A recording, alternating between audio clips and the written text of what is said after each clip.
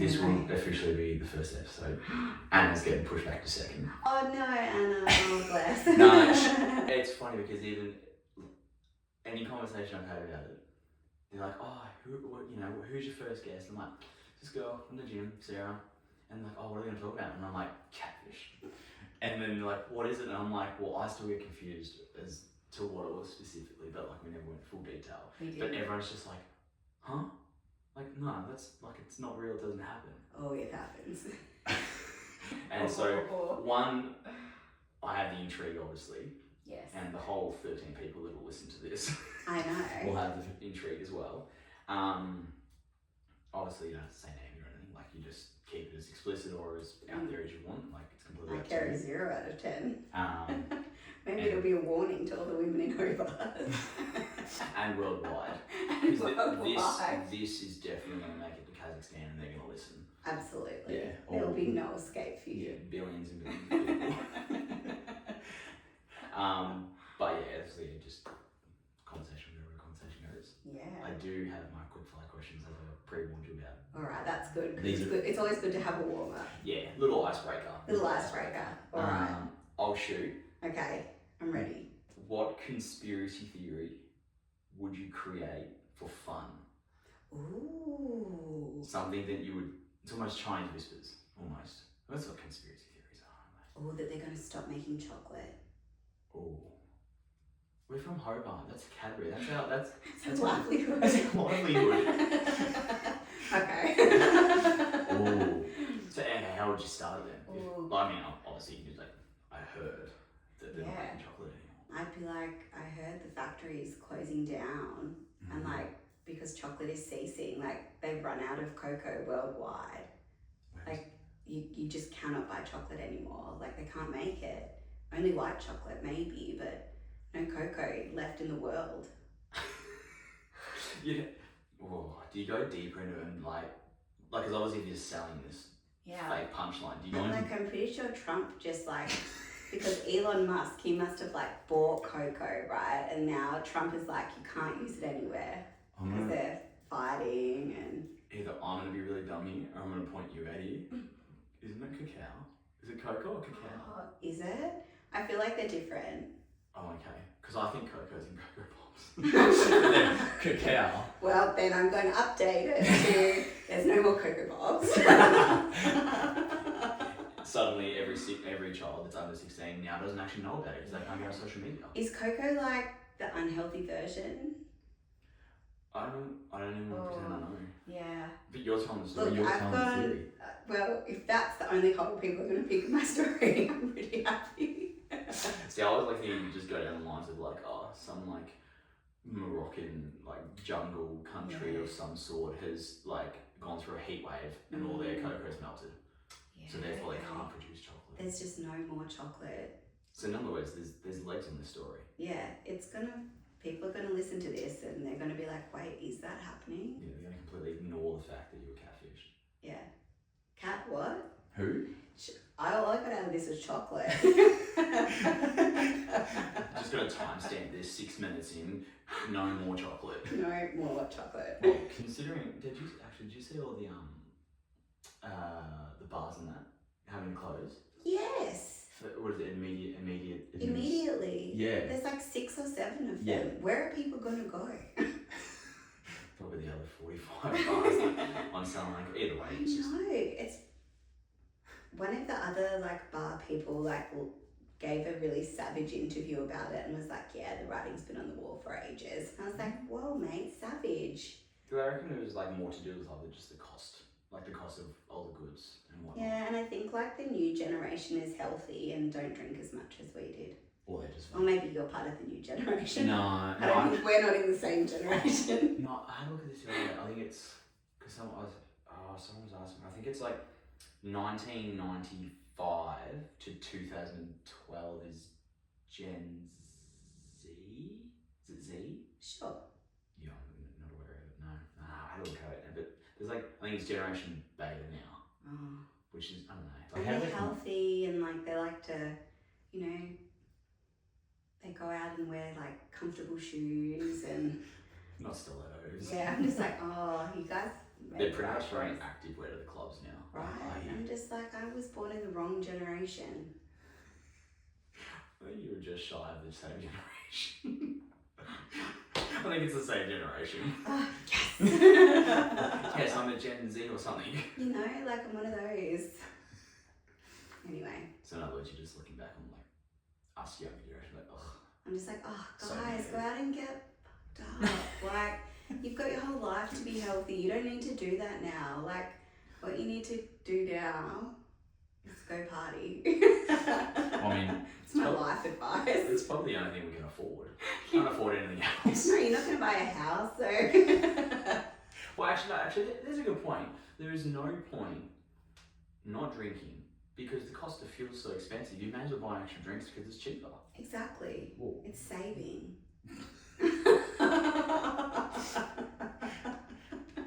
None of this information is any good to anyone. No, true.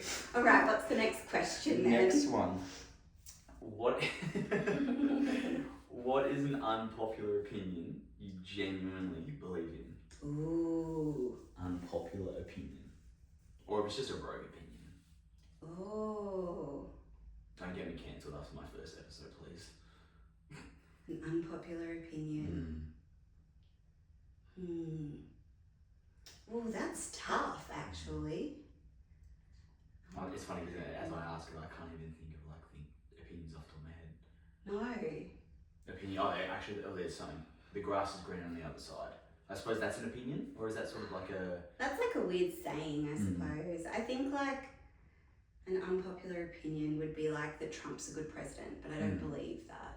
Well, I mean, having Anna last night, and she spoke 45 minutes strictly on Epstein files, and said Trump is. I swear every episode of mine's just going to come up with Epstein files. Honestly, yeah. Oh, an unpopular opinion. It'd probably be something parenting related, you know. Yeah. What's an unpopular opinion? What's something I do that people would be like, oh, Sarah, come on. Most things. Barefoot. Barefoot. Oh, there you go. I don't like to wear shoes. I think shoes slow us down. Okay. Okay. Is that like going on the basis of like the extra 400 grams of shoes is weighing you down? Yeah, Or? I don't know. I just feel like it's just restricting you. Okay, so as a scenario, because I feel like I have very sensitive feet. So like if I'm like going to the beach, Yeah. like I can't take my shoes off or thongs or Crocs or whatever I'm wearing. I can't take them off until I'm at the soft sand. So you know like some beaches you go to and it's kind of like almost like grassy and then pebbly and then you kind of get to the really good sand because all the water's washed everything away. Yeah. I can't walk on debris. Interesting. My feet are so sensitive. So like for me, no shoe slows me down. Right. Because I have really sensitive bitch feet. I'm like, I think you need to get outside without your shoes on. No, because they're sensitive. That's half my problem. Oh. Yeah. So I suppose that's the point. It's an unpopular opinion. I disagree with your opinion. Oh, interesting. I don't even think I have that opinion, like really. I think I was really clutching at straws. Yeah, just threw you under the bus. Yeah. Yeah. Oh, my unpopular opinion is... Oh, no, I can't think of one. No, that's right. That's hard. That's a hard question. I bet at the gym in a few days I'm going to be like, right, I've thought of one. I need you to edit this in. But you're not part of that generation. I thought you were all about drinking and... Yeah, I love to party. You don't care about your health. You don't care about going to the gym. No. At all. No. No. Oh, okay. Maybe my unpopular opinion is that saving your money is overrated. I would agree. Yeah. Like you mentioned before, good luck buying a house. And like, generally speaking, like people say, oh, you need to live the Australian dream of owning your own home. Nah. It's not really. I mean, unless you're on 7 figures, 6 figures, it's just not feasible. You know, I'm just like, I just think that you don't get to take your money with you when you die. And I just spend it. Yeah. I said to my dad, he was like, I want to buy a boat. I said, why don't you buy a boat? Yeah. No one's Like, stopping you don't know how to swim, you don't have your boat license, but if you want one, I into agree. uni, it'll be okay. I agree. You can't take it with you. You don't need to, like, I understand you need it for life things. But spending's fun too. Yes. Say yes to the fun stuff, Yes. if you can. No, I mean, I can't really say I should be doing this, but I'm supposed to be going overseas twice by the end of the year. Bear in mind, nothing's actually booked, but it's supposed to be happening. See? Just do it. Yeah. It'll be fine. Well, I mean, as an opinion, I guess you could say, money comes in, money goes out. Like, regardless of how it's spent, it's It gone. does. It doesn't stay with you forever. Mm-mm. So, we'll say that was a unpopular, popular opinion. An unpopular, popular opinion. Yeah, which is definitely where the question is heading.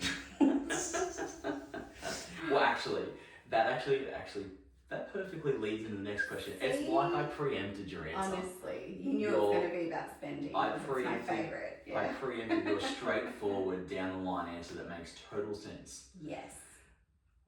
If money wasn't a factor, what 5 things Mm-hmm. would you spend doing? Spend your time doing. So money doesn't matter.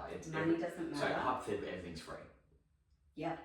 So technically, you don't have to work. Technically, because Right. you don't have to earn it, because it doesn't exist. Amazing. What's 5 things you would spend your life and your time doing? Traveling. Yes, perfect. Traveling. That wasn't a stutter. That's a genuine answer. That is my genuine. I think like I would want to travel. I would want to make sure my kids traveled. I'd want to like make sure that. I mean, is money just not a thing for anybody, or is it not a thing just for me? Because if it's just for me, then I would be like, you got to go give back, right? Like you got to go like make positive impacts on other people's lives, like. Taking them traveling, like everyone can come, like but if it was like, oh, you've won like this amount of money and now your life is just going to be like, you don't have to work, you don't have to do that, like what would you do?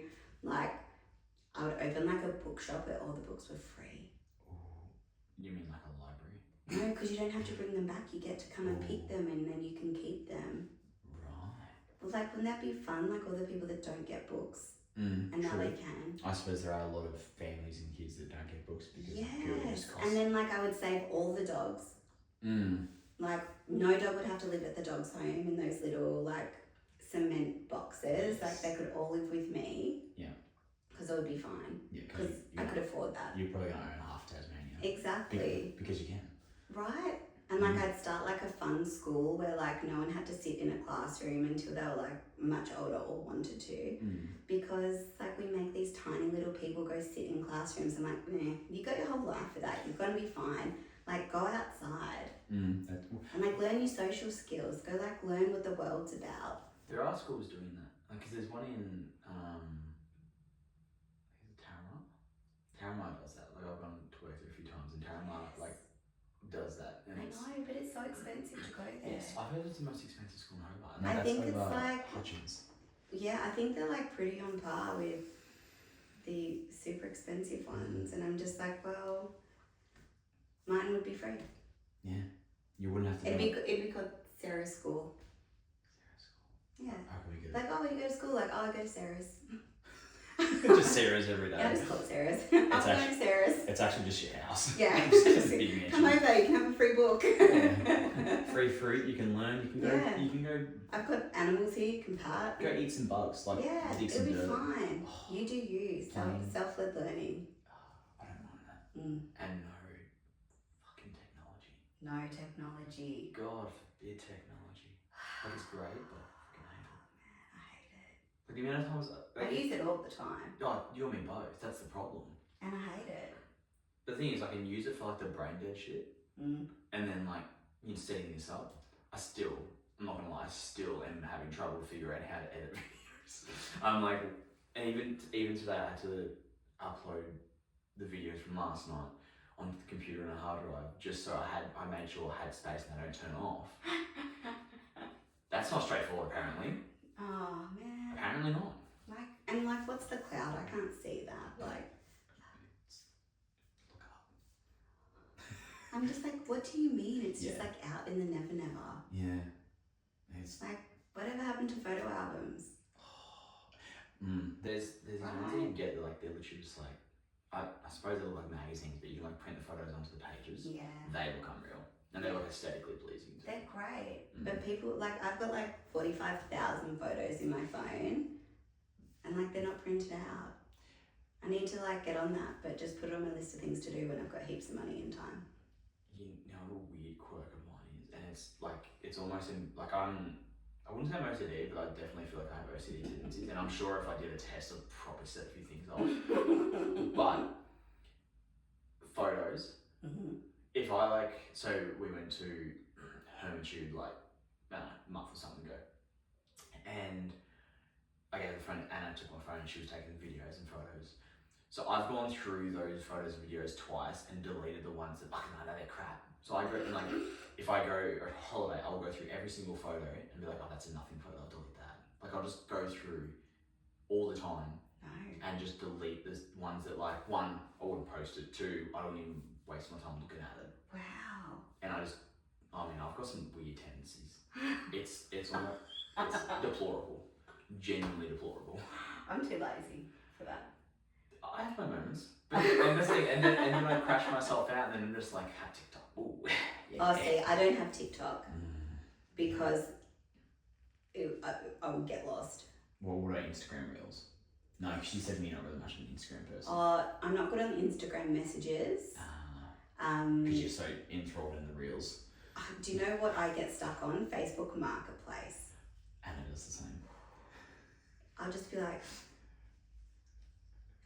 oh wow, or I'll like open my phone to like do something specific. I'm like, how did I end up on Marketplace? Every time. And it's funny because I've had moments where like in no like shady way possible, like insecure way, but I'll just like you sort of like just glance over to see what Anna's doing, and it's always Marketplace. Like if I was an insecure partner, I'd be like, yeah, I'd never have a concern in my life because I swear anytime I look at a phone, it's Marketplace. Like I'm personally sick of seeing dining room chairs and bar stools on a friggin' phone. Like look at something. It's just the bargains you can get are so good. Set a camera. Right? That doesn't work. It doesn't work. Look, sometimes it doesn't work out. Oh. And sometimes I try and sell stuff and it doesn't work out, and I'm like, I'm about to punch myself in the face. There's I can't remember the comedian, but she literally put up like a slideshow. Yes. And it's of her about having the bed. Yes, and it was free, and then the lady was like asking for a better price, and then she It's free. It was so funny. That is so funny. like surely that's just like because it was like an old lady, and Yes. surely like her nephew or something was just taking the piss. Surely. Like- And then like they ended up taking the wrong bed. I didn't get that. Oh my gosh, it's so funny. I think I got disgusted with myself watching it too. What I did. That one is very good. Very good. I liked that. Oh, Yeah. That's Yeah. just yeah. And again, like it's just social media. It's a I very know. deep dark black hole It is. that you just get stuck in. Yeah, we don't need that. But I will say I have more respect that it's Marketplace and not Facebook Reels. I just can't get into the reels. I get bored. Yeah. I'm like, I don't get my dopamine hit from that, you know? Like, Yeah. I think that's what people like about it. It's that instant gratification. And I'm just like, I would prefer to like go online shopping. If money wasn't a factor. I would online shop all day. I love buying gifts for people, like really thinking to myself, they're gonna fucking love this. And like getting it and then just being like, I'm so excited to give it to you, and then giving it to them. So, are you saying that you're looking for, what's the term, gratitude? Gratitude once you give the gift? Oh, I don't know. Like, I just want to see their enjoyment. No, that's fair. Yeah. You sound like a good person, really. Look, I sound like that. I don't know if I am. I think I'm, like, in all honesty, I reflect on, like, when I was in school and, like, my late teens and think to myself, like, you're a bit of an asshole, Sarah. Oh, really? And yeah, and I think like I'm a much nicer person now. So I can't imagine you being rude. I just think that I just could have been nicer. Like I went to an all-girls school, and like so often I probably just chose to be an asshole when I could have just chosen to be kind. Now, do you know why though? I think it's just like you get on the defense, right? And it's just like, oh, well, I can't like let people think that I'm a pushover, or you're just gonna like walk all over me, or sort of like trying to make your position in yeah, kind the of, food chain. yeah. And like I just think girls just are a bit nasty. But I didn't have a lot of that, really. I mean, an all-girls school would have been pretty competitive. Like, would actually that's interesting. I'd be interested to know. Would it be more competitive academically or like Socially? Yeah. I suppose. It was like social competition. Yeah, who's prom queen? And like well, yeah, and like, oh, who's dating that boy? And like, oh, okay. yeah. Yep. Okay. Yeah. So you okay, so you go socially, and then would it be athletically or academically? Or I think probably athletically and then academically. Yeah. I definitely feel like males would just be like academically. It's like we don't have the capacity to even worry about that in school. It's either girls or sport. Yeah. Like, it's no denying that. No, it's girls and sport. Yeah. I would agree with you. But yeah, popularity. Yeah, that popularity contest of like just trying to find your place in the world, I think. And now, like that I'm old, I just am like, I don't really care what people think. No, it's funny, like at footy, like a lot of the guys are a lot younger, and like for me now, I'm just like, I play footy just for the sake of kind of playing for it, and just like the guys are good, but like couldn't like the competitiveness. I'm like, when I play, yep, no worries, but away from that, I don't think about football anymore. But then you've got these guys that are just like live and breathe, which again I used to be the same, but it's just like there's just so much more out there. Yeah, like there post, is. like once you get to a point, you're like, yeah, footy's great, awesome, but then I mean, I'm also no good, so she's like, maybe just reality smacked me in the face. I'm like, damn, I'm not gonna be a 28-year-old mid-season recruit. Fuck it. Reality just smacked me in the face, but who knows? I just think like you grow up and you have some like life experiences, and you like lose some people, whether it's like through like breakups or friendship breakdowns or death, like however it is that you lose someone, really it's the same. Yeah. And it's like you kind of get perspective and be like, oh right, I'm only here for a certain amount of time, and I don't know how long that is. That's the fact. I literally had a conversation with a colleague today, because he was sort of the way he sort of, I've never really dove into it, the way he sort of expresses, he grew up kind of rough, but it was surrounded by rougher people, and he sort of said to me like the last like handful, like, because he was sort of like, I sort of was like, hey, how's your day going? And he goes, great, like always. He goes, there's no point in being negative or anything. I'm like, yeah, absolutely in agreement to you. And then he sort of went into about like the upbringing, the people he was around, and in the last few years he's gotten away from that, a lot more positive. He's even gone towards Christianity. I don't know to what a certain extent. And then he was like, yeah, he said to me, he goes, that's why like, I sort of get along with you, because like you're just always positive, and like you're never salty about being at work. And I was like, like you just mentioned relationships and death. Like my brother passed away like just out of blue suddenly. Like this was 8 years ago now. Whoa! So how old was he? He would have been, I think he was 31 Wow. or 30. So he was quite young. That's young. It was like, I'll just say it blank, it was murder. They got murdered. And I say a very blank face just because it's a conversation I've had a lot, and I'm an open book about it. Yeah. But whoa! So for me, it was like post that, it was kind of like he was 31 or 30, or I can't remember the exact age, and then it's just gone. That's it. Yep. Like, and then I was like, from then I was kind of like, well, literally that just proves that life can just be taken in an absolute moment, just like gone. In a second. My when I was 18, like it was the day after my grade 12 formal, and my uncle and auntie and my two cousins came down to Hobart to visit my nan. and they were going to stay with us, and they didn't, and instead they were driving back up north to Devonport, and my uncle fell asleep while he was driving, and like crashed into a tree, and my younger cousin died, and she was 13, and then like 5 months later, my best friend who was 18 dies on the same road, and I'm just like, we're guaranteed nothing, like quite literally nothing, like it just changes you as a person when you lose somebody that's young. Yeah. Like losing your brother when he's so young, like 30 is not old. Yeah. And he had a pretty rough upbringing. Like a whole family sort of a bit. Yeah, the technical term. There's a lot going on there. The technical term. There's a lot going on there. But the worst thing about we hadn't really had contact with him for would have been, I don't think I had contact with him for maybe 7-8 years. Like for, that's hard. I'd say good reason, but at the same time, Yeah, it was just more. That's still hard. But the worst thing was, so it was like, I think it was I remember it was the 8th of January in 2018.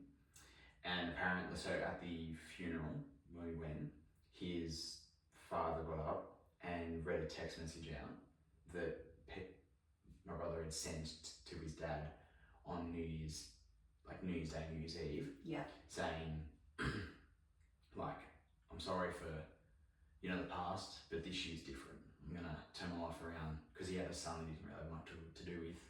And then a week later. Like, for when someone decides to, because he was, addicted to drugs. Yeah. And he burnt a lot of bridges of the family and that sort of thing. Like, again, he's still blood, so you still have that care and. Of course you do. And obviously, in those moments showing remorse, and then a week later. And it's just like, and that's for me, it's like, why it's funny, I'll go driving and I'll be like, oh, cockhead, you've cut me off. But it's like, for all I know, that bloke's father's just been in a car accident, he's trying to get to the hospital as quickly as he can. Yep. It's like, you literally have no idea what any other person is going through. Anybody other person is going through. Like, I still might get a little bit but I know. Like, when I think about it's a nice reminder to just be like, and what did it change for my day, really? Yeah, exactly. And it's just like, time is just so precious, but at the same time, you don't have to rush it. No. Just appreciate it. Like, I guess appreciate it, and know you can't control it. No. Yeah. Yes. You cannot control everything. You can't. Yeah. Yeah. And I think when you just accept that, it takes a weight off your life. Mm-hmm. Yeah. Hence why you can just, I can't really say, I'll say surely, I don't know statistics on this, but surely 75% of people don't love their job or don't love their profession. Surely. But what's the point going to your job and just resenting every moment? Exactly. You've got to make the most of it. If you can go there and do the job right and get paid, enjoy it as you do it. Yeah, exactly. Simple. Spread some joy. Literally. Yeah. I mean, I say it's There's not that this hard. guy I work with, and he wears this t-shirt all the time, and it's just it just says, "Be the reason someone smiles today." And I'm like, Mark, I just love that t-shirt. And he's like, "You're smiling." I was like, "Oh, t-shirt tick." Well done. I think it's those jumpers that, I don't know if they go viral, but you see a lot of them on social media. It's like, if you're standing behind me and it's like saying along the lines have a good day, or you're doing really well, or something like that. Yeah. It's just I go through periods of this, and it's funny because it's been received very differently. But I'm the sort of person that, it's obviously mental health is a massive thing. Yeah. And I go through phases where I'll say I have 1,000 people on my Facebook friends list, and I will literally at random flick through and just stop on a name. And so anyone that I have on my Facebook or Instagram is usually someone that I've met or I've had some sort of engagement in life. And I'll send them a message and be like, hey, I know this is random, out of the blue, probably, whether it's a high school friend, someone I played footy with, but these could go back to school was 12 years ago now. Yeah. And I'll literally just send a message, hey, I know this is random, this is fucking out of the blue, but just came across, just hope life is treating you well. It's and so nice. And I've had people ignore it. Like I think I had quite a few ignore it initially, and I was kind of, this is so embarrassing. I'm disgusting myself. Why am I doing this? And then like I'm like, no, because like one day you'll send it to the person who needed to hear it. that's the thing. Like for all you know, like even birthday messages on Facebook, I'm adamant that I will send everyone a birthday message on Facebook because for all you know, they could have burnt every single bridge with everyone in their family for whatever reason, but at the same time they're still human. They are. And that message could be the one message they needed on that day where they couldn't get it from anyone else because of what they'd done or, you know, been doing whatever. And then suddenly, someone's thinking of me. And it's just like, I don't know, it's like, everyone needs that human connection, even people that think they don't. Yeah. Maybe that's an unpopular opinion. I don't know. Anyway. You're going to tell me in 3 days. Yeah, that one's really going to sit with me for a while. I'm going to go home and think about that. Think about what you haven't done. Yeah, it's like when you walk out of an exam being like, oh, I should have written that answer down. Or like a job interview, it's like, oh, I should have said that. Or in an argument. Yeah, argument, that's... That doesn't happen to me. I'm really good at arguments. Yeah, I like to win too much, that I'm usually pretty good. No, I'm submissive. I don't like conflict. Oh, our arguments would be boring. Yeah, I don't like conflict. I'm like, no, I'm good. I'll just sit the corner and yes, ma'am, sorry, ma'am. But yeah, well, look, I think that's good. I'm sorry that you ate the last chocolate and I was annoyed by it, but I shouldn't have been annoyed. I'm sorry. I can't believe I was. My bad. Wait, no, chocolate's run out. It doesn't exist anymore. There's no more chocolate. I missed that article. Yeah, it's a big news story. Just on the wrong wavelengths, my bad. Alright, I want to know. Again, you've told me little bits, but and I'm fairly sure it's been like a Chinese whispers thing, so I'm fairly sure I've told misinformation to people that have asked because I couldn't remember it. That's alright. But where to begin? Yeah, you just run it. Oh man, this podcast goes for 4.5 hours, right? We need an intermission, but yeah, sure. Alright, so I think I could split it up into 3 parts in my mind so that I have a bad habit when I'm telling a story of like jumping around too much and then it's like, what the actual fuck are you talking about? That's all we can replay with. So like you've got when I lived in Melbourne, and then you've got when I moved back to Hobart, and then you've got post breakup. Okay. It's probably like 3 big events. Yeah. Okay. And so this is like over a period of like 2.5 years. Okay. So I was in Hobart visiting my friends. So I was living in Melbourne. I'd done uni in Melbourne. I was working there, living there, just like living my best life. Loved it. Drinking a lot. Like a lot. Had no money. Making terrible financial decisions. But really enjoying it. Yeah. Like just in my mid-20s and was loving it. Yeah. And I came home for the weekend and was at Syrup. For people that don't know Syrup, it is like above where the Whaler is in Salamanca, and it used to have like a stripper pole in the middle of the dance floor. So very classy establishment. Yeah, definitely. Very sticky floor, always smelled a little bit like Red Bull. Like, I can't smell Red Bull, like it's too triggery. And I met a boy. Okay. And he was tall and had a British accent and gave me attention. And I was heartbroken at the time. And I was like, this is great. Like, fantastic. Chatted, kissed. And then I went back to Melbourne. Okay.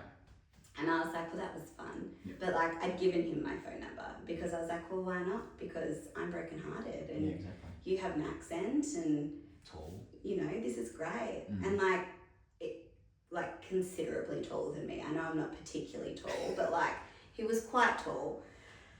And so he's like 5'4".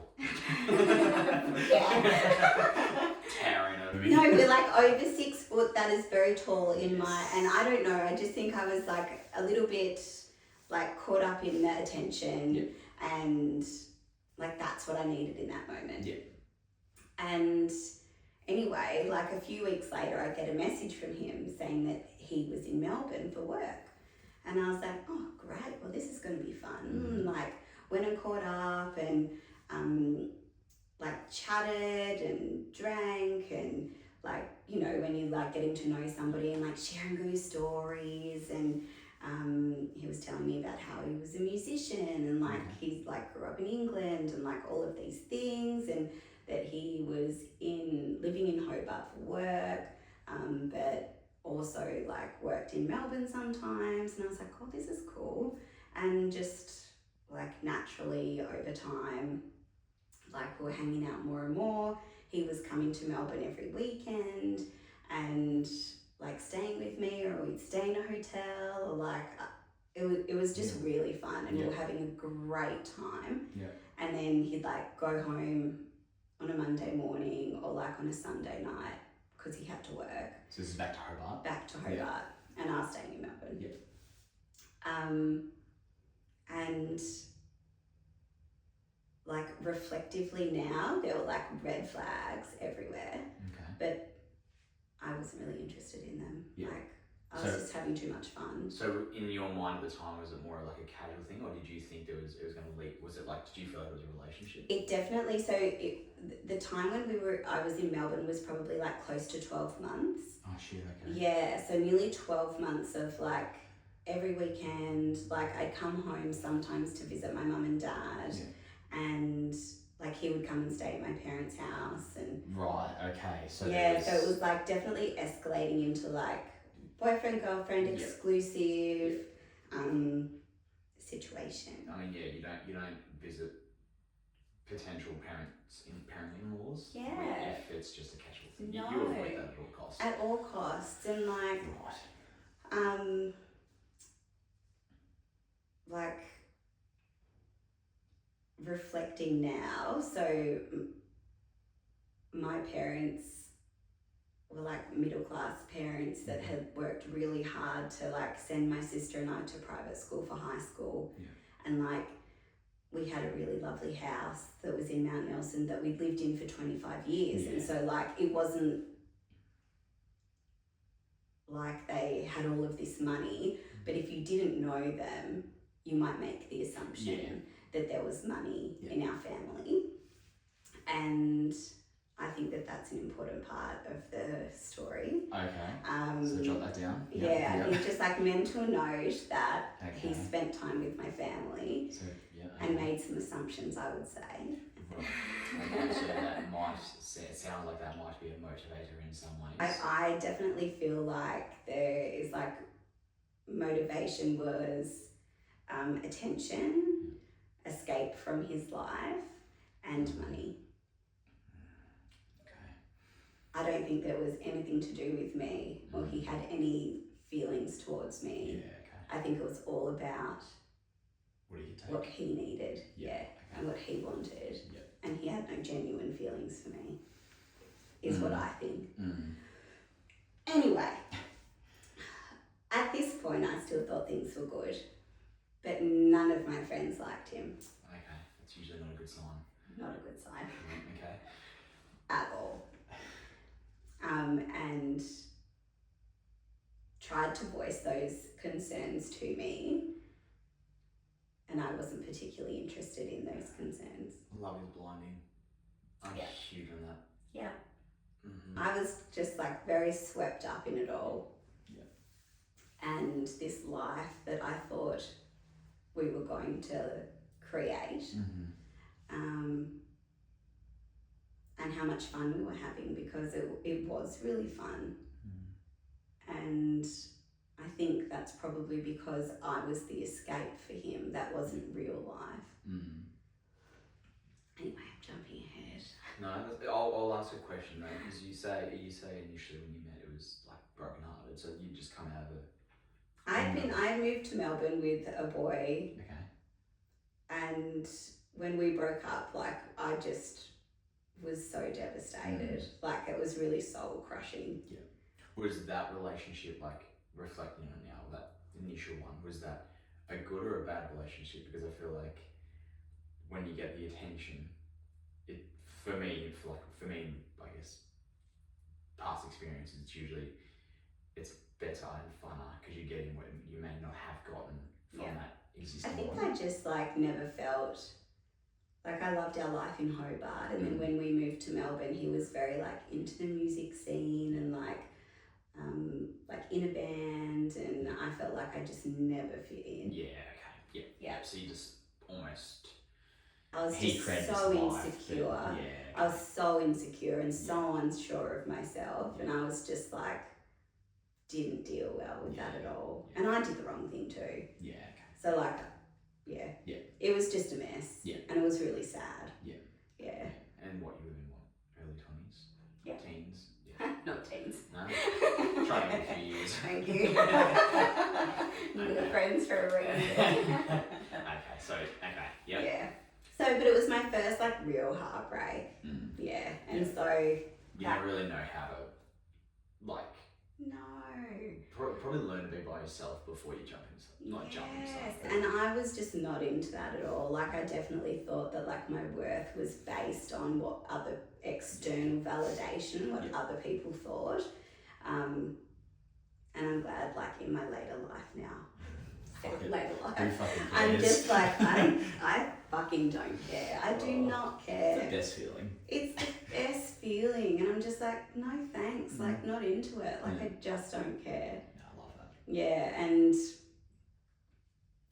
I just didn't know that then. If only 20-year-olds ourselves had 30-year-old minds. Right? And if only. Life would be so simple. I know. I would have invested in crypto when I was 19. Oh, me too.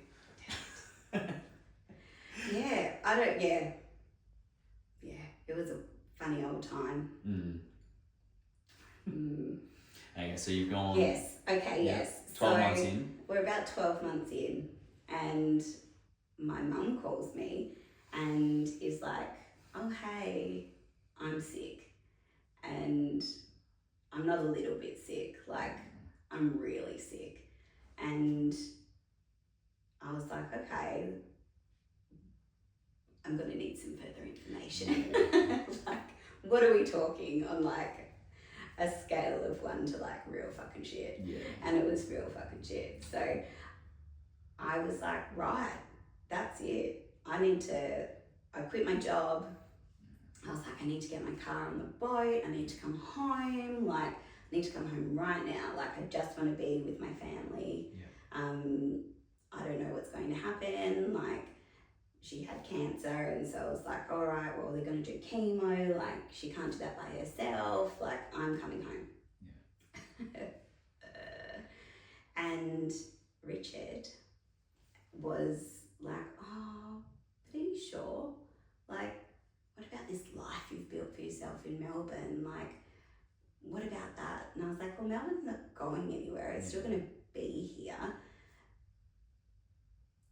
Why are you trying to talk me out of moving home? Like, that's really strange to me. And I was like, why don't you want me to move home? And he was like, no, it's not that. Like, I'm just thinking about you. It's just, I'm worried about you. Like, and it was always, these conversations would always come back to being like, don't be like that, Sarah, like, I'm just... Gaslighting. Oh, man. He's a bad egg. Like, anyway. It's just, obviously, we haven't got there yet, but one can assume he's just hiding a few things. And so, like, I moved home. Obviously. Thank goodness. Yeah. And I got a real shock when I moved home. So I moved home and lived with my mum and dad. And all of a sudden, I would just see him less than when I lived in Melbourne. Which is bizarre. And I was like, what's going on? And it would be like, oh yeah, I'll see you.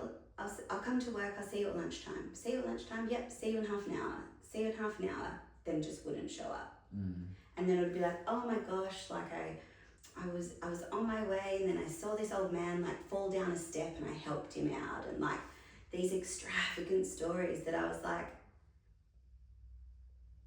are they so extravagant that maybe they're true? or like, and I'd be like, no, what do you mean? And like upon reflection, I could just write you lists, like lists of every time he just didn't show up, or last minute cancelled, or we would be at something and he'd have to leave. And I just thought it was me. I was like, if you don't want to be with me, like, you don't have to be with me. And like, please don't think that you need to stay with me because my mum's sick. So that's what I thought was going on. I was just like, oh, he doesn't want this real life that I thought. He, like, we're living in the same state now. Like, we should be able to see each other all the time. And I said to him, like, you don't have to. Like, that's all good. I was like, no, that's not what it is. That's not what it is. I just like work. It was always work is so hectic and work this and work that. And then he would be like, and my family's back in England and my dad is really unwell and I don't know when I'll be able to get back there. And he's like, I don't mean to be taking it out on you. And, you know, would then create this like long story and I'd be like, okay. And like he knew that I was sitting there with my mum dying with no capacity to deal with anything outside of what she was going through and what our family was going through. And he preyed on that. Like, I've got no doubt that he preyed on that. Yeah, you're thinking financial was the motivation. So like he still owes me so much money. So like over the course of what was 3 years, like it's like 20 grand that I just am like, if I never see you again, like if that means I just don't have to ever see you or talk to you again, like just have it. Like, and it just added up over time. It'd be like, oh, you know, like I need this money for such and such. And he had this big elaborate story about how his money was tied up with like in tax in the UK and all of this stuff that I was just like, Sarah, what were you doing? Believing this rubbish you were getting fed. And I think in the back of my mind, I knew it was bullshit. And I was just like, I can't cope with it. Like, I cannot deal with that right now. Like, it's bigger things on your mind, obviously. Yeah, and I was just like, is he wanting money? Is he just like wanting an escape? Like, what does he want? Like, what? I couldn't work out if he just like wanted somebody to have sex with, you know? Like, is that what that is? Like, are there no feelings there? And then he would talk to me about like, no, and like, I can't wait to take you home and you're gonna meet my family and you're gonna do all these things. And I'd be like, oh, okay. And like, it would never happen to 2026 Sarah, because I'd be like, go fuck yourself. I'm not going to do this bullshit. And then there was just this one day, and so like my mum lived for like 12 months after her diagnosis. Like it was, we had 12 months, which was really nice, but she was allowed to get money out from her super. So if you are not going to retire, they're like, hey, here, have a lump sum so you can go do something enjoyable before you fall off the perch. I mean, you know? Well, I mean, is it a bad opinion if I think that it's not the worst thing? I think it's amazing. You have worked all this time, paid this money into super, have it. And then the thing is like, go travel, go make some memories with your family. Suddenly you can do the cruise that you didn't want to spend because you didn't think it was the right financial decision. Okay. I wasn't sure if my opinion was almost like, well, I'm going to say that. Right. And so she got this money out and was like, I'm taking our family, we're going to go on holiday. And it's going to be my mum and my dad, my sister and I, my sister's boyfriend, my boyfriend. We're going to Vietnam and it's going to be great. And my mum's going to pay for it. And we don't have to pay anything because she's like, this is what I want to do. And so like gets paid and booked. And then she paid for, at the end of the Vietnam trip, for Richard and I to go to the UK to see his family. So this all gets like booked in and I'm like, we really need a copy of your passport. Like, the travel agent needs it. We need a copy of your passport. I don't know now. I feel like I just need to just like make sure I'm here. We're referring to said person as Richard. Richard, sorry. Yes. No. I'm just Richard is his name. Now you're specifying that we need to get a passport, and I just feel like the penny's gonna drop. But as you were, I was like, we need your passport, and he's like, okay, well, I have to tell you something though, because of like my past and things that have happened in my life, I've given you a different surname than my surname on my passport. Okay. And I was like, why? To me, that made no sense. I was just like, it's a bit. what? I mean, unless it wasn't like super extravagant. Like, I was just like, do you know what? At this point, fine. What's the actual name on the passport? Because my mum has just forked out all this money. Yeah, and UK's not cheap. So it needs to be updated because she's paid, right? For us to go on this holiday. Yeah. Or the whole family is going. And so he told me the truth and gave the passport. Okay. And I was like, okay, great. He's a real person. Okay. Everything's cool. It's cool. I've seen proper ID now. This is fine. Everything's fine. This is all fine. And then maybe like 2 months before we were supposed to go, I get a Facebook message. And it was from this girl named Emma. And she was like, the guy in your profile picture, like on Facebook, so he didn't have the socials, obviously, red flag. He's married to my best friend. And I was like, I'm sorry, but fuck is just an appropriate answer. And I was like, what do you mean? And she's like, what's your phone number and I'll call you. Oh my god. And I was like, how have you even found me? Like, what is going on behind the scenes that I've been oblivious to? And she called me and talked to me on the phone. And she was like, he's married. He's been married for years. They have 2 children. They live together here. They are together as far as anybody else. Where's here, sorry? Hobart. Oh god. I was hoping they were in the UK because it made things probably less awkward. Well, I don't think it could be anymore. Right? Anyway. She's like, we know about you. Like, we know that you exist and that he's been like in Melbourne. And I was like, what? She's like, their youngest is like 8 months old. I was like, fuck, like shit. I'm like, this is what he wants. He wants an escape from being a parent. I was like, oh no. This is so bad. And she was like, look, I work with somebody that you know, that you're mutual friends on Facebook. And so I asked her about you and said, what is Sarah like? She's like, I can't tell you why. I need to know what she's like, you know. She was like, she's just your normal run-of-the-mill human. Like, she's a nice girl. Not a homewrecker. No, not intentionally or willingly. No, but it was. But and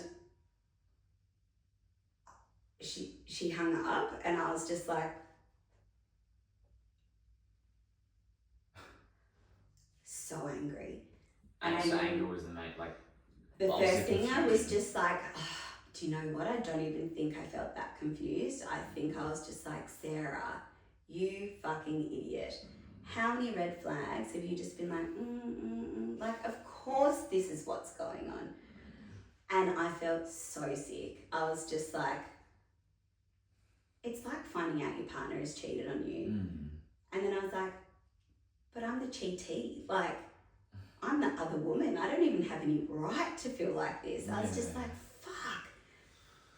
And so I messaged him and I was like, hey, do you know Emma's surname? And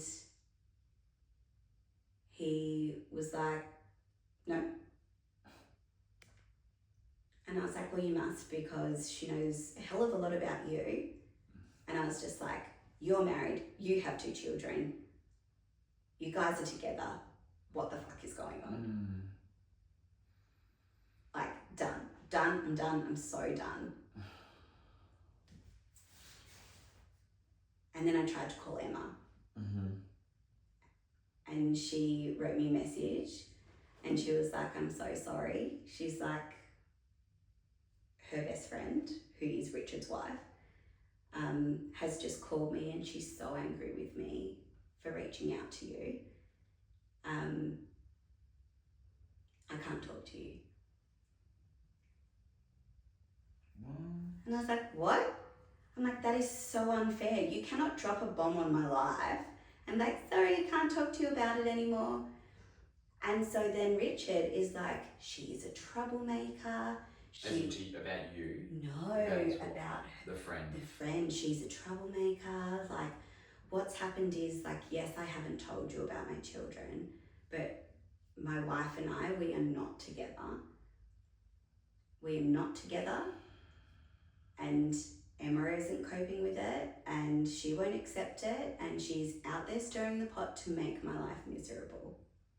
He's like, why would I agree to go to the UK with you, to my family, if I was married? I was like, okay. So now I don't know. I was like, why would you do that? Well, yeah, because the penny's going to drop. And I was like, okay. What? And like Emma just wouldn't talk to me. Would not talk to me at all. And I don't talk to her again until after my mum has passed away. So you have to like put a pin in Emma. Okay. And so the next person I talk to is his wife. Okay. Who tells me they're not together. I don't know if this is good or bad. And I was like, oh. Okay. What he's telling me is the truth. I was like, oh.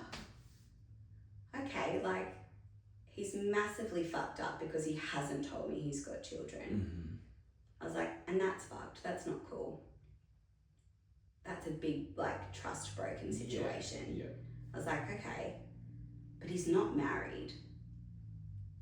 So I don't feel as shit about it. And my mum's just paid for this massive trip. And I'm not going to get another opportunity to go away with her. I'm like, what am I going to do? And I think I was like trying to keep her happy, trying to keep me happy, trying to not have something else that was falling apart while she was falling apart in front of me. And so the story goes, she was too sick and couldn't go. And I'm like, great, well, I'm staying home with you, Mum. And she was like, no, you're not. And Dad was like, no, you're not. And so I went to Vietnam, and maybe, I want to say 2 weeks before we were meant to go, maybe a little bit less, Richard says he can't come to Vietnam. And I was like, my mum's paid for it. Like, you don't, there's no travel insurance because you fucking change your mind. You can't just not come. He's like, I'm not coming. And like, there were a lot of times where he would bail out on things. Like, I'd be dressed and ready to go to my friend's wedding, and he would be like, oh, I'm in the hospital, I've got a collapsed lung. And I was just too hard basket. And then this happened, and I was like, okay, so what am I going to do in the UK by myself? He's like, no, I can still come to the UK. But I can't be away for 5 weeks. But I can be away for 3, which was the UK section of the trip. I'll meet you there. Confusion. And so I was like, hey, Mum, he's not coming to this bit. My mum paid to change his flight. So he could just fly to the UK and meet me there. Oh, Mum. She just wanted me to be happy. Yeah, no. And like, yeah. but far out. Like, upon reflection, like, I wish so hard I could be like, sorry, flight's cancelled, you don't get to come. Yeah. Because in this situation, obviously what he wanted was a free trip to the UK. And when we get back to like the pin that I've put in Emma. Yeah. Fuck that bitch. Sorry. I'll tell you what. Like, she comes through with the goods later on. Oh, okay. And catches up with me in person. Oh. And just, it makes like all of this stuff make more sense. So like, I don't know if I should just like tell you that part of the story as like a side quest. I'm almost making an assumption. Is she almost the woman in the middle? No, she's just like, she catches up. We go for a drink one night and she was just like, here's all the stuff that he has been saying about you to his wife, right? So like, I'm crazy, I'm obsessed with him. It like truly has her fearful that maybe I'll just like pitch up and burn their house down. Like, probably should have. like truly. In hindsight. It would have caused some problems for me. Just burning the house down would have been a soft way to do it. Right? And she apologises, Emma did, and obviously she's in a was somewhat of a sticky position. Terrible situation, like a lifelong friend, right? Who's with this person, who's terrible human. Yeah. So, where are we up to? All right, so I go to Vietnam. Okay. Richard stays in Hobart. My mum stays in Hobart. Yeah. He meets me then in the UK. Okay, so that does happen. It happens. He gets there. Everyone's relieved. So yourself, sister, and sister's partner, and now Richard in UK. Oh. So my dad and my sister and her partner go from Vietnam home. Okay. And I go to the UK by myself. Okay, yep. And then Richard meets me there. Okay. And we have a great time. It was so much fun. Just push the rest under the pillow. Yeah, and like truly, it was just like, I met his family, I met his nephews, I stayed at his mum's house with his sister that lives there. We went to the nursing home where his dad was because he had dementia. I met his friends, we went to like soccer games, we went to Paris, we went to Amsterdam, like it was so fun. So I don't even know for you personally, how did you just squish all that down and just like, okay, I'm just gonna be present, I guess? So when he got there, I was just like, I'm going to travel by myself and you do you. Yep. Yep. And he was like, we're not together. We haven't been together like since before their youngest child was born. Okay, so this is referring to his wife, ex-wife thing, person. Yep. He's like, I shouldn't have lied about it. He's like, but I got too far into this relationship and I hadn't told you, and I got scared that if you found out I had kids, you wouldn't want to be with me, and I'm so in love with you and can't imagine my life possibly without you. What am I just made the wrong choice and I made a terrible decision and I'm so sorry. Very convincing. And he was very convincing all the time. I'm like, I've got a university education. Like, I'm not an idiot. Yeah. But like, he made me feel like the biggest idiot. Yeah. And so I was like, and he's like, why would I bring you here? Why would I be with you here if I had a wife? It does make a point, but I feel like... And I was like, why would you? And we stayed with his family. Yeah, that's throwing me off here. And we were coupley. Like there was no question. And did the family like say anything about a kids and an ex-wife and No. no, just Nope. it was just you and him and the present moment. Okay. So I was like, Either he's it telling must be the truth, right? They're not all going to be that fucked I up. was gonna say either he's telling the truth or they got a really weird, fucked up, coordinated family. Even the nephew's on. Too. Oh god. Oh god. Because so okay, so then so his family's in Birmingham, and we like do all our travelling, and then we get back to London to fly home. I've got pneumonia and feeling like I just wish I was dead. Like I was so unwell. And I was like, oh well, we just need to get back to Australia and then I'll see a doctor. Like it'll be fine. And the last day we were there, we caught up with one of his friends, and we'd seen him like at the start of our trip, and then we were seeing him at the end. And Richard went to the bathroom, and his friend is sitting there, like I'll never forget it, like on these tall bar stools at this funny little table in this weird little pub. And he was just like, Sarah, you are too nice for this. He was like, you need to run. And I was like, what? And then Richard came back, and I was just like, what the fuck was that about? In my mind, I was just like, you need to go back to the toilet because I have a conversation I need to have with your friend. This needs to be had. I was like, just so taken aback, and I was just like, that was like the biggest red flag that I'd had. I was just like, this isn't right. Like this is bad. And then we like got on the plane and we're flying home, and we land in Sydney, and then we had to get a Sydney to Hobart flight. And so then we're on that flight, and when we were like 10 minutes away from landing, Richard was like, so when we get home, I don't think we should see each other for a while. I was like, what? I was like, you just wanted a trip. Like, what? What do you mean? Why? Like, we've just had so much fun, I thought.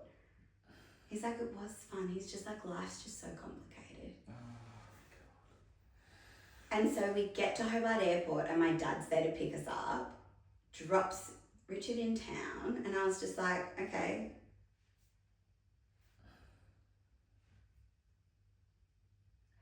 Bye. And like off he goes. And so this is like February, which is important in my timeline. Okay. So this is February, and then it would be like a few days, and then he would start like messaging me, and then he'd be like, but we're broken up. I'd be like, okay. And then he'd be messaging me, but like messaging me like, we are not broken up. And then he would come to my house and we would sleep together like we are not broken up. And like, but we are broken up. I'm like, or we would be, and then we wouldn't be. And like, it was at the same time that they're like, okay, so mum has been too sick to come on holiday. And then I've come back, and like she was on a clinical trial and she's allergic to it, so she can't do that anymore. Yeah. And then she tries like super toxic chemo as like the absolute last resort. And so that was the March, and then it was like the start of April-ish, and I was like, Richard, mum is so sick. I was just like, I need you to stop. I can't be having you say like, we are together, we're not together. No, sorry, we're not together, but we can sleep together. Or I can message you and like, I feel like you're my girlfriend, but we're not boyfriend, girlfriend. And I'm just like, I cannot cope with it. Like, just leave me alone. Yeah. And he was like, I don't want to leave you alone. I want to be together. And I was just like, okay, but like I can't go up and down on it anymore. Like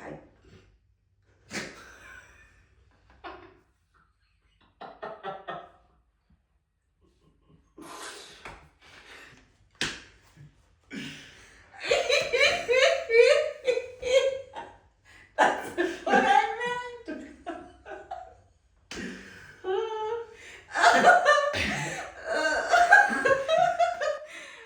That's too good to one. Wow. No pun True intended. though. No pun intended. Hey, this is a very professional, established podcast. Sorry. I digress. Oh my god, that's so good.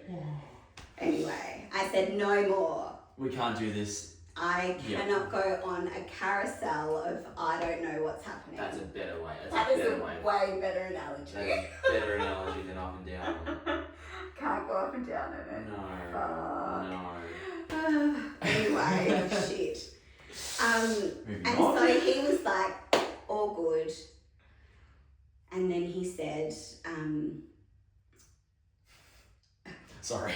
oh, far out, I've totally lost it. Where am I up to? Okay. All right, I've got it. Yeah. And so then they like stopped my mum's treatment. Okay. And she died like 10 days later. Okay. And so she dead now. And it was very weird.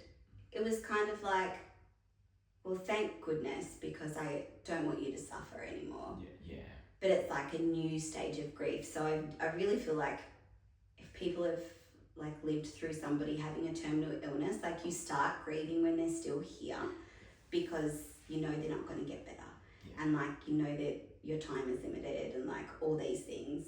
And then while that was happening, I've got this fucking psycho over here just like fucking around with my brain. And like I don't know which way's up. And then my mum dies. And I'm like, okay, that's what's most important. Yeah. Like my poor mum. And he was completely useless and not supportive in any way. And like her funeral came around and I was like, can you come and stay? Like I just need that contact. Yes, I'm just like, I'm all by myself. Like, this is fucked. Like, this is the worst. And he was like, oh, look, like, because I was like, the funeral is tomorrow. Can you stay the night before? Like, the anticipation of, like, my mum's funeral is kind of a lot to carry. And he was like, look, you can choose. I can stay the night before or I can stay the night of the funeral. You pick. And I was like, what? I was like, so in this time in my life, you can't spend 2 nights in a row with me. He was like, I have children. How selfish of you. He said that. He didn't say that, but he implied that. He later calls me selfish. So at the wake, which was at my dad's house, which is where I lived, so my mum had like the most beautiful, huge, big funeral, and it was the best day, like celebrating her. And then maybe 50 people ended up at my dad's house, and like everyone just had so many drinks, and it was great. Yeah. He had so many drinks. He was just so drunk. So this is Richard, sorry. Richard was so drunk. Sorry, that sounded like my dad was. Yeah, so. Richard got so drunk, and so I'd said to him, please, can you not get too drunk today? Because it's just one day, you know, that like, can I be the one that gets really drunk and like cries and has a meltdown? Like, that would be nice. Because I don't get to do that very often. And like it got into the night and like it was like filtering out, less and less people were there, and like my friends just stayed and stayed and stayed and stayed and stayed, and I'm sure that they wanted to go home and they just stayed and stayed and stayed, like they were not going anywhere. And he, like, we went downstairs and he like went out the front of my house and just started screaming at me. I had been so selfish, I hadn't checked in with him and how he was feeling. I'd made things all about me. And I was like, my fucking mum's wake, mate. Like, are you joking? Like, you have got to be kidding. What? And like, I was like, just go. And like, he didn't go anywhere. He stayed. And I was just like, I just want to go. Like, this is the worst. You've taken over this whole day and just made me feel like an absolute piece of shit. And like, felt like a piece of shit for choosing to have you here. Like, I wish you weren't here. I hate he's part of that memory. Like, I wish he hadn't have been there. Yeah. Like, he's just an evil human. And like after that, my feelings for him shifted, and the things I believed that he was saying and not saying shifted. And I don't know if it's like my mum just being like, Sarah, no. Yeah. No. And on the shoulder. Yeah, and it was probably from that point on that like it even got worse. So that's possible. I know, yikes. And so I have a dead mum, like I'm in my 20s. I'm just a sad human. Like I just was not good. And in maybe like 4 weeks after my mum died, like he started talking to me about like when I was away in Vietnam with the rest of my family, he caught up with my mum and had confessed to her about like having children and like all these things and how she didn't mind and she'd come to peace with it all, and you know, she just loved our love and blah blah blah. And it's a lie. Oh shit. It's not true. No. But I can't go double check because she's fucking dead. But we would all know for a fact that if your mother found that out, there is absolutely no way in hell that nothing would be said. Like, She just hated him. Period. Yeah. Period. And like he doesn't know that she had already found out because we live in Hobart and had asked me about it, and I tried to downplay it to try and protect her. And I'm like, you didn't confess fuck all to her, actually. I had already told her because she had come to me about it. Like, no. And she hated you. Oh my god. And so then he comes to me and he's like, Sarah, my dad's really sick, who you've met, right? And I'm like, yes. And he's like, I just need to get back to see him to say goodbye. And hounded me for like 4 weeks until I gave him the money to go fly back to the UK. And so what had ended up being like me giving him the money was that like his dad deteriorated so much that he passed away. And I was just like, fuck, like now I feel like an asshole because like you could have gotten back to see him. Like I got an inheritance from my mum and I could have helped you go see him. Yeah. And now I feel awful, so I'm going to pay so that you can go and say goodbye, but I'm not giving you this money. Yeah, just pay it. Like I want you to pay it back. Yeah. Along with all the other money over the last few years. And it was always agreed whenever I loaned him money that once this money situation was sorted out, that he would just pay it back to me. Yeah. And we're like a lot of years down the track now, and I think he's given me like $300. Oh my god. Which is better than nothing. I mean, that doesn't even cover interest. Oh, it's Actually, pretty I bad. don't make it worse. It's bad, but do you know what? Like at the end of the day, yes, he's shit, but I still made that decision. Do you know? Like I still chose to do that, so I have to also take some responsibility. Yes, but And I could go to small claims and fuck him up if I wanted to, but like I don't want anything to do with it's him. not worth it. I mean, it's almost like not worth the effort. And he's got no money. What's he going to do? Say, oh, I have no money. Yeah. And so it gets worse. And so then Emma, who's got the pin in her, Okay. and I catch up. Okay. So this is post. So he His goes father off dies. to his father. Oh wait, yes. So his father dies, and then I think to myself. So while he's away, I catch up with Emma. Okay. Yep. And she is like, this is the story he told her. So that I worked for the PR company for like, because he's a musician, right? So he says, like, I've never seen any evidence of this. I don't think that's true. Although one of my friends stalked him and he has a LinkedIn that says he's a musician, but Okay. Never serenaded you. definitely not a good one. LinkedIn's He no used to thing. like say he was like a ghost writer, and so like would write music for other people. And I was like, well, someone must do it, and it makes sense that you could do that from anywhere, Yeah, right? that is the thing. So I was like, okay, guess it's cool. Sure. Along with the other lies.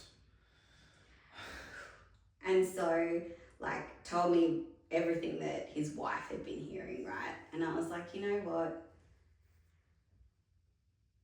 She's in a way worse position than I am. Like, they have kids, they're married, like, she's like real committed to that. And like, she's got family here and like all of these things. And it was probably easier. And like, who knows how he spins stuff that he says. Yeah, you'll never know. I don't want to know. I know what's true and what's not true. Yeah. Like, anyway. So we're there. We're sitting at the old T42 out on the waterside, like, because I'll never forget because it's burnt into my memory. And she was like, you know, I know that he's in the UK at the moment visiting his family. And I was like, I know. I was just like, I paid for that, Emma, because his dad died. And she's like, his dad didn't die. Oh, God. Oh, my God. Oh, of course his dad didn't fucking die. Oh. Sarah, death certificate, you needed evidence.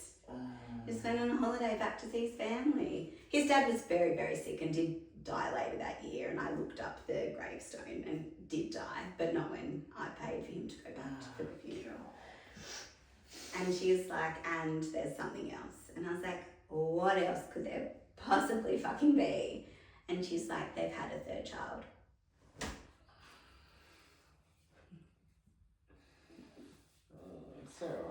I was like, oh, of course they have had a third child. Of course they have. So, While we were together. The wife is aware of all this. Yeah. She's just been, like, she's... Is it like an open marriage or something? No, I think it must just be such intense, like... love from her behalf that she's just willing to cop it. Wanting to keep her family together for her children and like trying to hold on to what she has and being insecure in herself and all of those things. And who knows what stories he's been spinning to her. But I'm just like, you told me that you weren't together. His family have told me, like, acted like it was normal that I was there in another country while you've got kids, 3, back in Tasmania. Daddy to walk through the door. And so I'm just like, and since becoming a parent, it makes me fucking furious. Like, how dare you have used me to escape your life? Those little children didn't get to see you for so long because you were with me. And I'm just like, yuck. And let alone what the actual home life would have been like. Oh, with a mother that's well aware that the father's doing what he's doing. Yep. And so, like, then they have another baby to, like, fix it.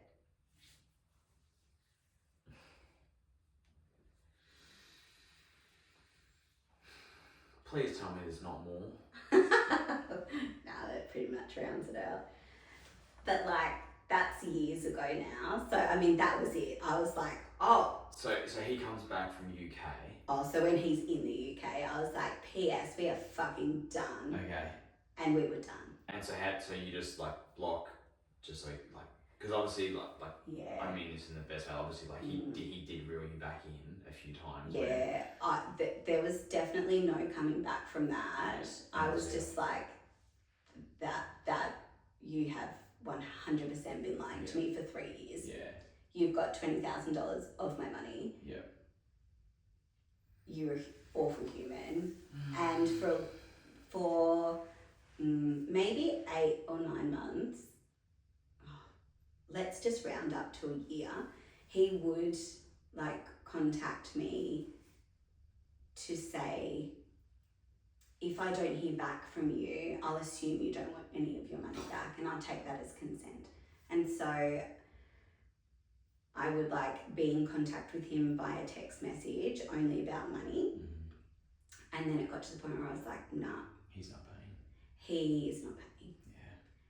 He would, like, send flowers to work. he won't pay you. Won't pay me. I'm like, I don't want flowers at work. Give me the $50. Like, you can just slowly fucking chip away at how much money you owe me, you fuckwit. What the fuck is his motivation? I'm so...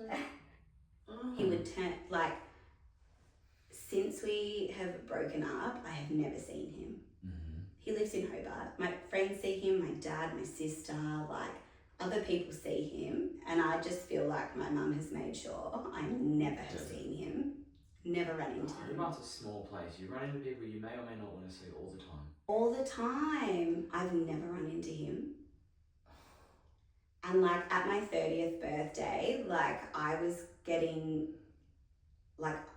just on another planet, and we were like leaving, and my friends like stood in this funny little line and then like got me into this taxi, and they're like, oh my fucking God. I was like, what? And they're like, did you see who got out of the taxi we just got in? And I was like, no. And they're like, it was Richard. And I was like, what the fuck? And they're like, quick, go. But like that's the closest I've ever been. I still didn't see him. That's like Matrix kind of shit. Yeah, it was just like, yeah. But yeah. And he would just try and like put seeds of doubt into any relationship. Like, oh, I've heard this, or oh, I've heard that, or oh, this person tried to like hook up with me, or like just these weird things. I was like, bullshit. Yeah. And he would get more and more annoyed and be like, you were never like this. Like, what's happened to you? And I'm just like, I don't believe anything that you say. Why are you talking to me? Like, and his phone number is blocked, and like for years and years. Yeah. And like, I've got no contact with him, but he still will email me. I'll get a happy birthday, or I'll get a, hey, I was going through an old phone and I found some photos of your mum. Do you want to see them? Like, first of all, bullshit. Yeah. Second of all, if you had them, just send them. Third of all, no. I'm not responding. I've never responded to a single email, and I'll still get them. Like, I reckon I got one 2 months ago. And so how many years is this post? 10. This is 10 years. My mum died 10 years ago, so it's been nearly 10 years since he was in the UK, and I found out he had 3 kids. And still I get... That's fucking crazy.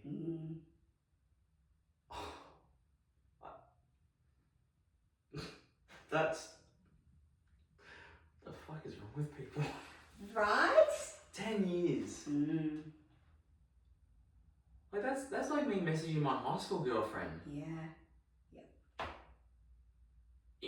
In the space of trying. Oh, what the? Yeah, and he'll like email me and be like, I really hope you're well. Like I just am writing to apologize for like how much of a shit person I was, and like I can't believe I did this. I can't believe I did that. You know, I hope you're loving life as a mum. I'm like, don't comment on my life. Don't comment on me being a mum. Don't comment on me having children, because I've never told you any of those things. I want you to talk about it. Yeah. And like my worst nightmare would be if either of my kids turned out like you. Because you're the worst person I've ever met or known or heard of. And like there are just so many stories that I could tell. Like that's like the abridged version. Because it was just years of him just like wearing me down and like isolating me and just like making me doubt myself, or being like, oh, I'm going to turn up for this thing, and like me tell my mum and dad, yeah, he'll be here, and then just no show, and me like being embarrassed or making up a story or whatever it would be. Like he's had like 7,000 different medical things wrong with him, like, and it's all bullshit. I'm just like, you have a medical thing wrong with you, but it's like mental. It's up there. You have just not a well person, man. It's just like compulsive lying disorder on fucking roids. It's just and beyond. It is just insane, and there's no way that I was the only person he was doing that to. Like, or at least had done to in the past. Yeah, or like there is now. no way. Even now. He would still be doing it. Yeah. I've got no doubt. I reckon like if I put a thing out on like Hobart Facebook, I reckon I could get like a Netflix special where we all get together and share our stories. I mean, For it's real. It's insane. Like, it's just like little sleepy Tassie's got a fucking monster living here, fucking people's lives up. And for some people, like, I'm really, really lucky that, like, my mum was dying, and so, like, that became bigger than this. So it wasn't all consuming. Yeah. But, like, I was talking to a psychologist about my mum, and so, like, I could fucking talk about this other thing that was happening because, like, people just get to the point of no return from things like that. Like, it was horrific. It was so bad. It was so bad. The fact that you have, like, the almost, like, you can retell the story and I don't know, it's almost like you're telling me the story that this happened to a friend. Yeah, like I wouldn't say dissociate from it. Yeah. I wouldn't say like it obviously doesn't. I wouldn't say it doesn't affect you, but the way you portray yourself, it's like you're telling a story from the third person, from someone else's perspective. And like, I probably am a little bit, and it's probably how I deal with like things like traumatic experiences, but also I think like I don't feel like heartbroken from it like I did with like that initial like heartbreak. Like, I never felt like that. And I think if my mum hadn't have been sick, that first time I got told like I've got kids, I would have been like, I'm out. But like this whole story just like unraveled. Do you feel it was almost like, as bad as it was, the good parts were enough? Or was it just like, again, it was almost a distraction of what was going on? It was just so bad. I just had no capacity to deal with it. And it was just awful. Like, people like Hannah, like Jim Hannah, like, she just is like, So Hannah's aware, like Hannah's met this person. Oh yeah. Yeah, okay, yep. Oh yeah. Yeah. Like Hannah and I'm gonna see Hannah, I'm just gonna be like, bruh. Yeah. She's just like, he's a mentally unstable, terrible human. And like, yeah. It's bad. And like, there was no good. Like, the people I worked with, like, they would just, if it wasn't for like those people in my life, like, I just don't know what I would have done. Like, they're just, thank goodness for them. I got some really great friendships. Well, I mean, like, and this is just being purely from my opinion, and like, you put that situation on 10 people, and I would almost guarantee you at least 50% probably wouldn't be here. Yeah. Like, that's...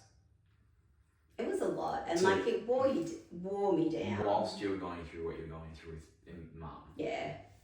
And that's why it worked for him. And like, it was always about benefiting him. Like, he wanted an escape from his life. I think that,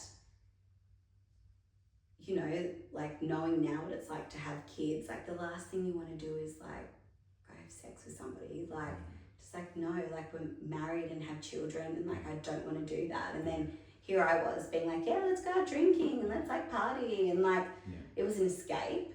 So is that like, you were referring to escape, has that been like, so from Emma, like, was that sort of how she described it? Like, she was just like, he's a terrible human being having an affair, and she gave me the benefit of the doubt that I didn't know that he was married with children, which I didn't.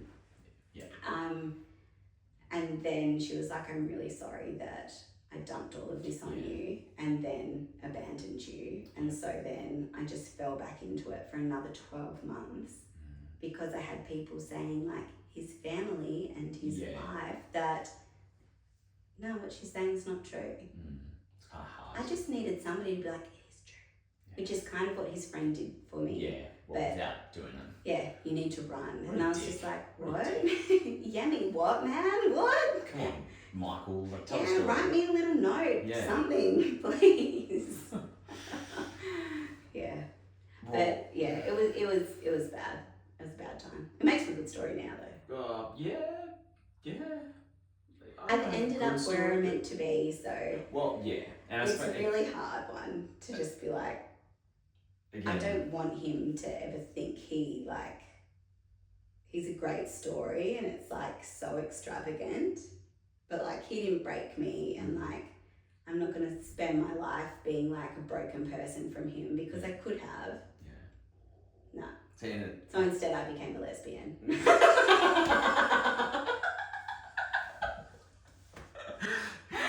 I was just about to go, well, the lesson we could learn from this... Only date women. I just like, truly, I'd only ever dated men, and then this happened, and then I was like, fuck this shit. And then like, Krista's the only girl I've ever even kissed, and I was like, we got married. One and done. Done. I'm locking this in. You seem really normal. Are you married? Do you have children? No. Can't check your birth certificate and your passport. Right? She's like, oh, I am adopted. I'm like, I don't know about this. You genuinely would have had a moment, I reckon. Like, this isn't run of the mill. But like, honestly, like like people have asked like, oh, what's the reason for the podcast? Like, yeah. Apart from the fact of like me saying, hey, I know a person that catfished, but like the fact that you got through it whilst losing your mother, and especially as a female, I feel like mothers are always that's the rock. It is. To go through that and to come out the other side 10 years later, two kids. Married. Jump ship, but that's fine. It's what was needed. It was. But it's just like, and that's the thing, like unfortunately you'll have people in situations where whether it's on the receiving end of cheating, whether it's, you know, like financially getting ruined by something, you know, whatever the situation maybe that they've gone through, it's just like, okay, well, yes, it's fucked, it's shit, it sucks, but you can come out and still live a very happy, I live a very happy life. And it's just, I don't know, that's... It doesn't define you. No. It doesn't. All it does really is... doesn't. All it says is Rich is a fucking prick. Exactly. Right? I'm just like, nah. You just... Yeah. You can't let those things define you. No. No. Don't give them anything else. Well, it kind of like leads into the perfect rollout though, because I did mention this morning. Yes. As advice, do's and don'ts. Do's and don'ts. I'm not going to speak on your behalf, but do listen to the fucking red flags. Do listen to the red flags. Listen to red flags. Yeah. But yeah. Yeah, I think like do trust your gut and back yourself and know that you're worthy. Like you just you get one life. And you don't owe any of it to anybody else. Until you have kids and then you kind of owe them. But no, until like, I think I just like, you got to believe that the universe is going to look after you. Because it does. And like the good things come. And I think like, yes, I had shit things and like that period of my life was just like consistently pretty terrible. But like at the end of it, I got to meet Krista, and it's just like, we met at a specific time, like on purpose. And like I was going to a photo album the other day, and we had like done this thing when we were in like grade 5 and grade 6, right? We're at different schools, but the schools had like been together, and we'd like won this competition, and both of our school teams had gone to Adelaide, and my mum had like chaperoned my school team. I was like going through my mum's photo albums, and I was like, Krista, I was like, did you used to have a South Park hat? And she's like, yeah. And I was like, here's a photo of you in grade 5 that my mum took in Adelaide. That's just wild. I mean, I always say her life's a fucking small place, but that's small. wild. Yeah. And so I'm just like, the universe has got you. Yeah. You have to believe the universe has got you. It's going to be okay. You just have to believe it. That's genuinely incredible. Yeah. And like, just don't worry about what anybody else thinks. Like, I never worried about like dating Krista. Like, you surround yourself with the good people and you don't need to worry about what anybody else thinks. Like, I don't care what Richard's wife thinks of me. I don't care what Richard thinks of me. I don't care what his family thinks of me. Like, don't care. Irrelevant. That's their issue to carry on with. Like, I know what's true. And I know like what's true about like me as a human. Fuck it. Oh my lord. But yeah. Yeah. That's it. You gotta That's do it. it. Yeah. Join the gym. It's fun. Yeah. They're all cults. Yeah, I should truly. I should say that. I work for a cult. Just got cancelled. Yeah, awkward. Well, I don't know if I should say thank you, but Thank you. Thanks for having me. no, that's. This is fun. I'm still gonna be speechless come weeks to come, and we're just gonna walk into the gym. And I'm just gonna look at you and be like, bruh. Mate. But yeah, good luck to anyone following this episode. Sorry, Anna, and your conspiracy theories. This, yeah. But no, honestly, that's just. It's a good one. Again, just unreal by you just to get through it. But hey. Look how good it is now. Yeah, exactly. Yeah. Living your life. Exactly. Love that. Yes. Again, thank you. Thank you. That's it. Bye, podcast world. I don't know how to round this out.